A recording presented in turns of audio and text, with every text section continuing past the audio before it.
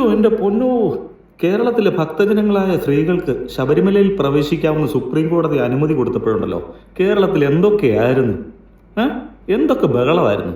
ഇപ്പം എന്തായി? ശബരിമലയിൽ ഇരുന്ന സാധനം സ്വർണം ചെമ്പാക്കാനായിട്ട് ചെന്നൈ കൊണ്ടെത്തിച്ചപ്പോഴത്തേതേ ജയറാമിൻ്റെ വീട്ടിൽ വരെ കൊണ്ടുപോയിരിക്കുന്നു. ശബരിമലയിൽ ഇരുന്ന സാധനം ജയറാമിൻ്റെ വീട്ടിൽ പ്രായപൂർത്തിയായ സ്ത്രീകളൊന്നും ഇല്ലേ? ജയറാമിൻ്റെ സംസാരത്തിൽ മനസ്സിലാവും, ജയറാമിൻ്റെ മകളടക്കം അവിടെ ഉണ്ടായിരുന്നു. അവർക്കൊക്കെ സ്ത്രീകളും ബാക്കി എല്ലാവരും ഒക്കെ ഞാൻ വിളിച്ചു. അവരൊക്കെ വന്ന് നിന്ന് തൊഴുതിട്ടാ പോയത്. മോളും ഉണ്ടായിരുന്നു.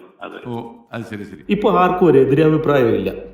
ഈ സ്ത്രീകളുടെ അശുദ്ധതയും ശുദ്ധതയൊന്നും ഇവിടെ ഒരു പ്രശ്നവുമല്ല, ഒരു ബാധകവുമല്ല. ദൈവത്തിന് ഇപ്പോൾ ഒരു പ്രശ്നവും ഇല്ല.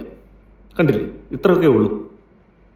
ഭക്തജനകരായ സ്ത്രീകൾക്ക് ഈ 21-ാം നൂറ്റാണ്ടിൽ ഒരു ദൈവത്തെ കാണാനുള്ള അവകാശമില്ല. റാമെന്ന് പറയുന്ന വ്യക്തി ജീവിതത്തിൽ അഭിനയിക്കുന്ന ഒരാളാണ്. മരിച്ച വീട്ടിലും ചിരിച്ചോണ്ടേ സംസാരിക്കുകയുള്ളൂ. അയ്യോ ഞാനോ, അയ്യോ ഞാനോ.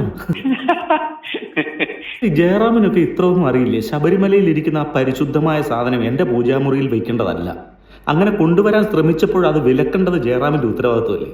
ഇത്രയൊക്കെ വിവരം അറിവുമൊക്കെയുള്ള മനുഷ്യനല്ലേ? പ്രത്യേകിച്ചും ഉന്നത കുലജാതനാണ്. എൻ്റെ വീടിനടുത്തുകൊണ്ട് സാധാരണക്കാർ തുടർച്ചയായി 10-60 വർഷമായിട്ട് മല ചവിട്ടി വ്രതം നോറ്റ് മലയ്ക്ക് പോകുന്നവർ. അവരുടെയൊന്നും വീട്ടിൽ ഉണ്ണികൃഷ്ണൻ പോറ്റിക്ക് കൊണ്ട് പ്രദർശിപ്പിക്കാൻ തോന്നിയില്ലല്ലോ. VIP മാത്രം, വിശ്വാസികളെ മനുഷ്യരെയും പറയിപ്പിക്കാണ്ട് കുറെ ആദങ്ങൾ.